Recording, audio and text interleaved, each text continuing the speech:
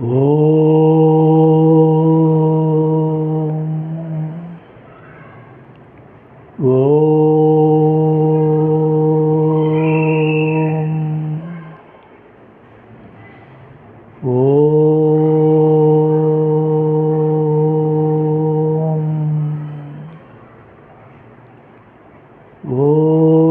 భూర్భువస్వః తత్సవితుర్వరేణ్యం భర్గో దేవస్య ధీమహి ధియో యో నః ప్రచోదయాత్. ఈరోజు మూర్తి పూజ, దానివల్ల నష్టాలు, దోషాలు ఎన్నో ఉన్నాయని దయానందుడు చెప్పాడు.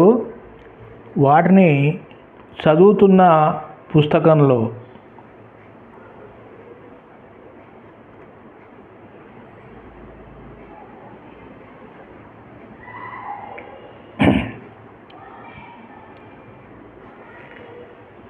అంధం తమః ప్రవిశంతి ఏ అసంభూతిముపాసతే తతో భూయ ఇవతే తమో యవు సంభూత్యాం రతాః నతస్య ప్రతిమా అస్తి. ఇవి సంస్కృతంలో యజుర్వేదంలో ఉన్నటువంటి భాష్యాలు, మంత్రాలు. నందు ఏది ఇంత అని మననం చేయ అణువు కాదో, ఏది మనస్సు నెరుగునో దానినే నీవు బ్రహ్మముగా ఎరిగి ఉపాసింపుము. దానికంటే భిన్నమైన అంతఃకరణము కానీ జీవుని కానీ బ్రహ్మము స్థానమున ఉపాసింపవలదు. ఏది కంటికి కనబడదో, దేని వలన నేత్రములన్నీ చూచుచున్నవో దానినే బ్రహ్మముగా ఎరిగి ఉపాసింపుము.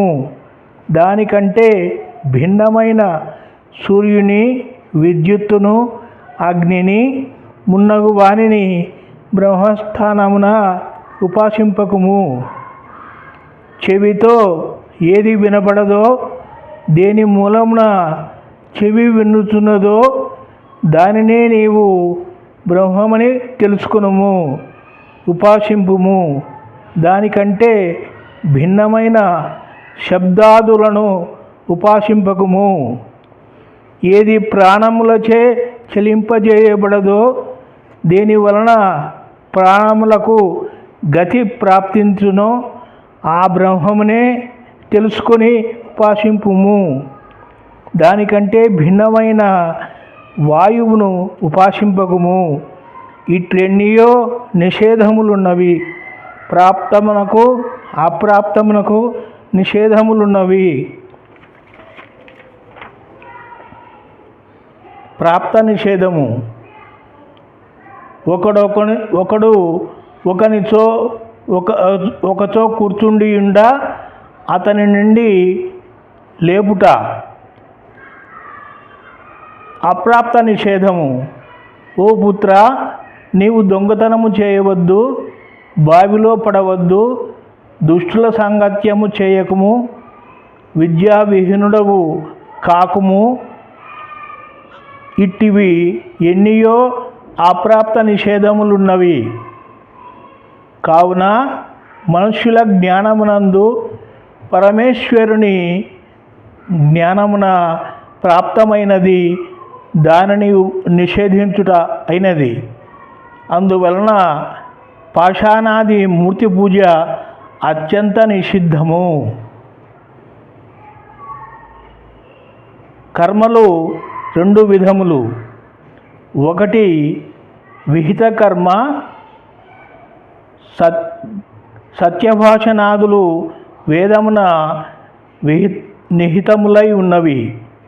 రెండవది నిషిద్ధ కర్మ. వేదమున అకర్తవ్యములుగా మిథ్యాభాషణాదులు నిషిద్ధములై ఉన్నవి. విహిత కర్మను అనుసరించుట ధర్మము, నిషిద్ధ కర్మను అనుసరించుట అధర్మము. అట్లే విహిత కర్మను ఆచరింపకుండుట అధర్మము, నిషిద్ధ కర్మను వదలుట ధర్మము అగును. వేదములందు నిషిద్ధముగా వ్రాయబడిన మూర్తి పూజను మీరు చేయుచున్నారు కావున పాపం ఎందుకు కాదు? తప్పకుండా అవుతుంది. మూర్తిని పూజింపుగా జ్ఞానము కలుగును అని చెప్పుతున్నారు. అంతఃకరణం పవిత్రమగును, అప్పుడు పరమాత్మను ధ్యానం చేయగలుగును. లక్ష్యమును భేదించు వ్యక్తి మొదట స్థూల లక్ష్యమును బాణాదులను వదలుచు అభ్యసించి క్రమంగా స్థూల లక్ష్యమును భేదింపగలుగును. అట్లే స్థూలమైన మూర్తిని పూజించి తదుపరి సూక్ష్మ బ్రహ్మను పొందును. ఆడపిల్లలు మొదట బొమ్మలతో ఆడుకొనుచు క్రమముగా నిజమైన పతిని పొందునట్లు మొదట మూర్తిని పూజించి తదుపరి బ్రహ్మధ్యానం చేయగలుగుదురు అని ఉన్నది కదా. ఉత్తరము: వేదవిహితము ధర్మము, వేద నిషిద్ధాచరణము అధర్మము అని నిశ్చయమైన పిదప నీవెంత చెప్పినను అధర్మము ధర్మమగునా? మూర్తి పూజ ధర్మకార్యం ఎన్నడూ కాదు. వేదధర్మమున వానిని ప్రమాణీకరించుట నిషిద్ధము. నాస్తికో వేద నిందకః. వేదమును నిందించువాడు నాస్తికుడు అని అర్థం. వేదముల నింద, అవమానము, త్యాగము, విరుద్ధాచరణము చేయువాడు నాస్తికుడు అనబడునని మనువు చెప్పుచున్నాడు. ఏ గ్రంథములు వేదబాహ్యములై దుష్టులచే వ్రాయబడి సంసారమును దుఃఖసాగరమున ముంచును అవి ఎన్నియు నిష్ఫలములు, అసత్యములు, అంధకార రూపములు, ఇహకార లోకములందు దుఃఖదాయకములు అయి ఉన్నవి. వేదములకు విరుద్ధముగా వ్రాయబడిన గ్రంథములన్నీ ఆధునికములు, అందువలన అవి త్వరగా నశించును. వానిని అంగీకరించుట నిష్ఫలము, అబద్ధమును. మనుష్యుల జ్ఞానము బీడపూజనం వలన వృద్ధి నొందదు, పైపెచ్చు ఉన్నది కూడా నశించును. కావున జ్ఞానుల సాంగత్యం వలన, వారిని సేవించుట వలన జ్ఞానము అభివృద్ధి అగును. పాషాణ పూజ వలన పెరుగదు. మూర్తి పూజ వలన పరమేశ్వరుని ధ్యానమునకు ఎవడేని రాడు. మూర్తి పూజ మెట్టు కాదు, అది ఒక అగర్త అనదగినది. అందుపడినవాడు నష్టభ్రష్టుడగును. ఈ అగర్త నుండి బయటికి రాజాలడు, అందే మరణించును. వాస్తవమున ధార్మికులైన చిన్న విద్వాంసులు మొదలు పెద్ద విద్వాంసులు, యోగులు అయిన వారి సాంగత్యమున సద్విద్యను అభ్యసించుట, సత్యభాషణాదులు పరమేశ్వరుని ప్రాప్తికి మెట్లగును. మేడనెక్కుటకు నిచ్చెన మెట్లు ఉపయోగించును, అట్లా అవి ఉపయోగించును. మూర్తి పూజ చేసి ఎవడను జ్ఞాని కాలేదు. మూర్తి పూజకులెల్లరూ అజ్ఞానులై ఉండి మనుష్య జన్మమును వ్యర్థము చేసుకొని మరణించిరి. ఇప్పుడు మూర్తి పూజ చేయువారు, ముందు చేయనున్నవారు ధర్మార్థ కామ మోక్ష ప్రాప్తి ఫలముల నుండి విముఖులై నిరర్థకముగా నశింతురు. బ్రహ్మప్రాప్తి యందు మూర్తి పూజ స్థూల లక్ష్యం వంటిది కానే కాదు. ఆ లక్ష్యము ధార్మిక విద్వాంసుడు సృష్టి విద్యయు అగును. ధర్మాచరణము సృష్టి విద్య పెంపు చేయును. ఆ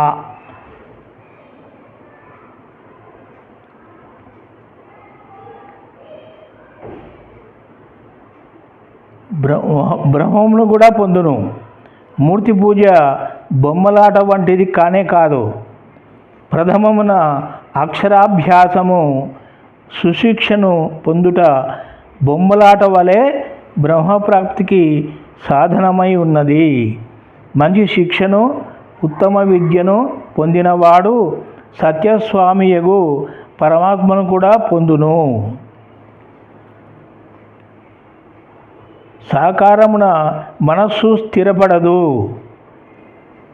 సాకార పదార్థమున మనస్సెన్నడూ స్థిరపడజాలదు. కారణమేమనగా సాకార పదార్థమును మనస్సు శీఘ్రముగా గ్రహించి దాని ప్రతి అవయవమునందు తిరుగును. పూర్తి అయిన తదుపరి మరియొక పదార్థమునకు పరుగుడుచు నిరాకార పరమేశ్వరుని గ్రహించుటలో మనస్సు తన సామర్థ్యమునంతటిని ఉపయోగించి ఎంత పరువిడినో అంతము కనజాలదు. పరమేశ్వరుడు అంగరహితుడగుట వలన అందు చంచలమై తిరుగాడు అవకాశము లేదు. కానీ అతని గుణకర్మ స్వభావములను గూర్చి విచారించుచు ఆనందమున మగ్నమై స్థిరపడును. సాకారమున మనస్సు స్థిరమగు నెడల లోకమున ఎల్లరి మనసులు స్థిరములగును. కారణమేమనగా జగత్తునందలి మనుష్యులు స్త్రీ, పుత్ర, మిత్ర, ధనాది సాకారములందే చిక్కుబడి ఉండును. కానీ ఎవరి మనసు స్థిరము కాదు కదా. నిరాకారమున లగ్నము చేయనంత వరకు అది చాలదు. నిరాకారమున నిరవయమగు నడుల అందు మనస్సు స్థిరమగును. కావున మూర్తి పూజ చేయుట అధర్మమనక తప్పదు. ఇంతవరకు చెప్పినది మొదటి దోషము. రెండవది, మూర్తి పూజలలో కోట్ల కొలది రౌప్యములు మందిర నిర్మాణమున వెచ్చించి దరిద్రులగుదురు. అందు ప్రమాదములు కూడా జరుగును. మూడవది, మందిరములలో స్త్రీ పురుషులు ఒక్కచో చేరుట వలన వ్యభిచారము, జగడములు, రోగములు ఉత్పన్నములగును. నాలుగవది, మూర్తి పూజయే ధర్మార్థ కామ మోక్షములకు సాధనమని ఎంచి పురుషార్థమునర్పక మనుష్య జన్మను వ్యర్థము చేసుకొందురు. ఐదవది, నానా విధములగు విరుద్ధ స్వరూపములు నామ చరిత్ర యుక్తములకు మూర్తులను పూజించుచు పూజారులు ఐకమత్యము లేక విరుద్ధ మతములందు నడచి పరస్పరము భేదభావమును వర్ధిల్ల దేశమును నశింపజేయుదురు. ఆరవది, మూర్తిపై ఉన్న విశ్వాసము పరవాస మీద ఆధారపడి శత్రు పరాజయము నిజ విజయము కలుగునని సోమరులై కూర్చుందురు. అట్టి వారికి పరాజయము కలిగి రాజ్యము పరాధీనమగును, స్వాతంత్ర్యము నశించును, సుఖ సంపదలు శత్రువుల పాలగును. తాము పరాధీనులై చాకలివాని గాడిద వలె శత్రువులకు వశులై చాకిరి చేసి అనేక విధముల దుఃఖములను అనుభవింతురు. ఏడవ దోషము, ఎవడేని ఒకనితో నీవు కూర్చుండు ఆసనము మీద నీ నామం మీద రాతిని ఉంచెదము అనినా అతడు క్రుద్ధుడై కొట్టుటకైనా సిద్ధమగును, లేదా తిట్టుటకైనా ఆరంభించును. అట్లే పరమేశ్వరుని ఉపాసస్థానమైన హృదయం మీదనో నామం మీదనో పాషాణాది మూర్తుల నుంచిన పరమేశ్వరుడు ఆ దుష్టబుద్ధులను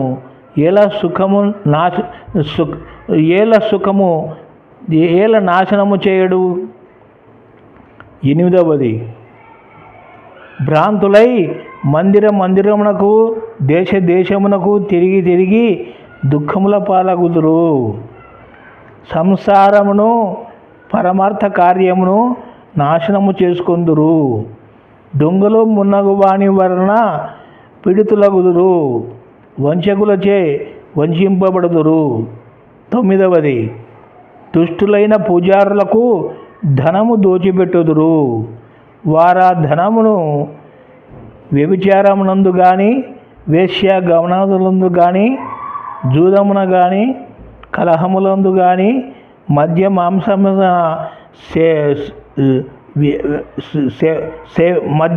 సేవనమున వేయంతురు. 10.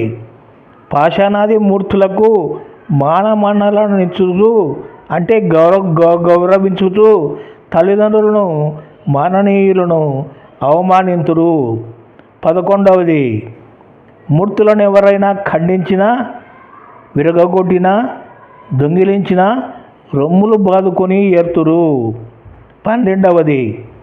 పూజారి పరస్త్రీ సాంగత్యం వలన, పూజారి స్త్రీ పరపురుష సాంగత్యం వలన దూషితులై స్త్రీ పురుషుల పారస్పరిక ప్రేమకు నోచుకొనక తరచు దుఃఖితులగుతుందురు. 13. స్వామి సేవకుల ఆజ్ఞాపాలన సరిగా జరుగునందున పరస్పర విరుద్ధములు కలవారై నష్టభ్రష్టులగుదురు. 14. జడమును ధ్యానము చేయువారి ఆత్మ జడబుద్ధి గలదైపోవును. ధ్యేయమునందలి వస్తువు జడత్వ ధర్మము అంతఃకరణము ద్వారా ధ్యానం చేయువారి ఆత్మయందు చేరును. 15. పరమేశ్వరుడు సుగంధము గల పుష్పాది పదార్థములను వాయుజలములలోని దుర్గంధాదులను తొలగించుటకు, ఆరోగ్యమును ప్రసాదించుటకు నిర్మించుతున్నాడు. పుష్పములు చెట్టుననే ఇన్నా కొన్ని దినముల వరకు అవి వాయుజలములలో తన సుగంధములను నింపి ఎంతో ఉపకరించును. అట్టి వానిని పూజారులు పూజకు విచ్చకముందే కోసి నాశనము చేయుదురు. వానిని మూర్తులపై నుంచిన నీరు పోయుటతో అవి నీటితో చేరి దుర్గంధమును ఉత్పన్నము చేయును. పరమేశ్వరుడు ఈ సుగంధయుక్త పుష్పములను రాతి బొమ్మల మీద ఉంచుటక నిర్మించినది. 16. మూర్తి మీద ఉంచిన పుష్పములు, చందనము, అక్షతలు మున్నగునవి జలములో మట్టితో కలిసి మురుగు కాలువలయందు మురిగి మనుష్యుని మలము వలన కలుగు దుర్గంధం కంటే ఎక్కుడు దుర్గంధం కలిగించి వాయువును ఎంతగానో భ్రష్టము చేయును. మూర్తి పూజ వలన ఇట్టి దోషములు ఎన్నియో కలుగును. కావున సజ్జనులైన వారు మూర్తి పూజను సర్వదా వదిలివేయవలెను. ఎవరు పాషాణాది మూర్తులను పూజించి ఉండిరో, ఇప్పుడు పూజించుచున్నారో, ముందు పూజింపనున్నారో వారెల్లరూ ఇంతకు ముందు చెప్పిన దోషముల నుండి తప్పించుకొనజాలరు. పూర్వం ఎవడు తప్పించుకొనలేదు, ముందెవరునూ తప్పించుకొనజాలరు.